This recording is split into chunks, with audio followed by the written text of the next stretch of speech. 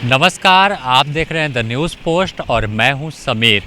झारखंड में मानसून की एंट्री होने के बाद तापमान में गिरावट आई है और लोगों को उमस भरी गर्मी से राहत मिल गई है।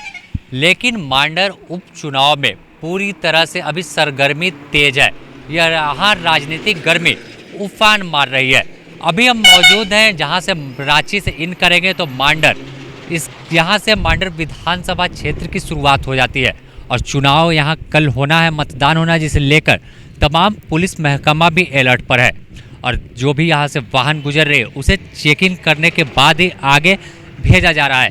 तो आपको बता दें कि जब हमने यहाँ के मांडर उपचुनाव का जायजा लेने हमारी टीम मांडर के विभिन्न पंचायतों में पहुँचे तो यहाँ के लोगों की क्या कुछ मुद्दा है मतदान को लेकर, आप भी सुनिए।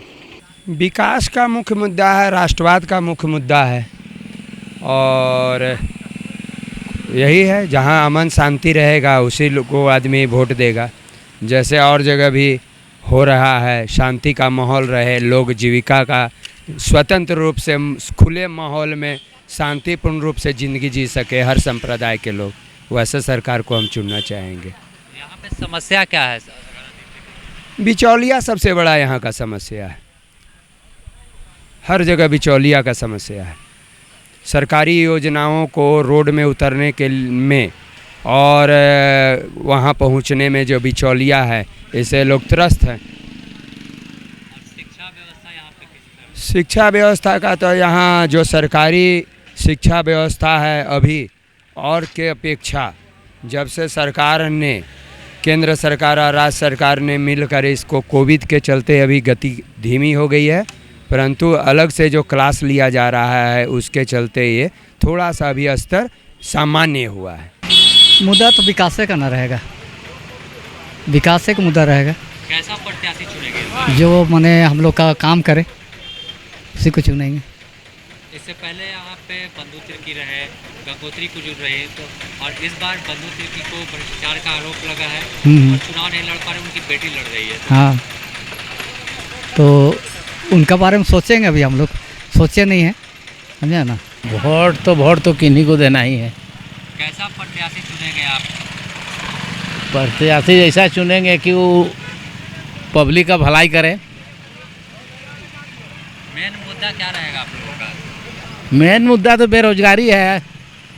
युवा सब बेकार पढ़ लिख रोड छाप में पड़ल है, रोड में घूम रहा है, कोई रोजगार नहीं है। इस सरकार कोई रोजगार दे नहीं पा रहा है। इस बार किसे चुनना चाहेंगे? इस बार किसी को ही देना है। अभी निर्णय नहीं हुआ है, रात में निर्णय होगा। स्कूल की स्थिति सब सही है? पढ़ाई लिखाई अच्छा से होता है? पढ़ाई लिखाई ठीक है, शिक्षक टाइम पे आ जाते हैं, लेकिन कोई रोजगार नहीं है। पढ़ लिख के आदमी बेकार घूम रहा है रोड में। इसका विकास का तो इससे पहले जितने लोग आए थे सब विकास का वादा करके आए थे, लेकिन कहीं ना कहीं कुछ लोग बता रहे हैं कि उस पर खरे नहीं उतर पाए। तो इस बार क्या कुछ नया देखने को मिलेगा मांडर? वो तो सही समय पर रिटायर हो गए, सस्पेंड हो गए। विकास तो होता और करते हैं। तो भ्रष्टाचार का आरोप उन पर जो लगा, 5-6 लाख रुपया का भ्रष्टाचार है तो कोई बड़ा बात तो है नहीं। 6 लाख रुपया कोई भ्रष्टाचार होता है? इस बार मुद्दा क्या रहेगा? विकास का है। विकास का 3 साल नहीं हुआ, 2 साल हुआ। 2 साल में कोरोना काल में हर विधायक या पब्लिक सब परेशान हो गया है न। अब परेशान होने के कारण और अगला पार्टी भी परेशान करते चला गया, जो कि विकास होने का कोई संभव ही नहीं था। कोरोना में हर जगह देखे विकास से लेके, काम से लेके, हर पढ़ाई से लेके हर चीज़ मांदा पड़ गया। अब पढ़ाई 2-2 साल मार खा गया बच्चा का, पढ़ा ना। अब उसमें आप विकास खोजिएगा, 2 साल के अंदर जितना परेशानी पब्लिक उठाया है उसका माने गिनती नहीं है। जो माना जा रहा है कि आगे रहेंगे, गंगोत्री कुजूर है, बंधु तिर्की की बेटी है और देव कुमार धान है जो AIMIM से समर्थित है। वो समर्थित है जी। कैसा प्रत्याशी चुनेंगे? तीनों में से जो बेहतर कौन लग रहा है? विकास करे उन्हें गांव का विकास करे और लोगों को देखभाल करे, वैसा प्रत्याशी चाहिए। अभी तीनों में आगे आप लोगों को कौन लग रहा है? रुझान के तौर पे गाँव? अभी देखिए विलेज का रुझान देखिएगा तो अभी देव कुमार धान आगे है अभी। तो देखा गया था कि वैसे जब यहाँ उनके पक्ष में प्रचार करने आए थे तो वही मंच से नज़ारा दिखे थे, उनकी पत्नी वहाँ पर थी हाँ जी। और उन पर उस पर इसलिए नहीं मैंने शामिल हुए ना, उनके ऊपर वारंट निकला हुआ है इस वजह से। बता दें कि मांडर में चुनाव, विधानसभा चुनाव में 2005 में बंधु तिर्की चुनाव जीते, 2009 में भी जनता ने उन पर ही भरोसा जताया, लेकिन 2014 के चुनाव में भाजपा प्रत्याशी गंगोत्री कुजूर ने उन्हें मात दे दिया और वह चुनाव हार गए।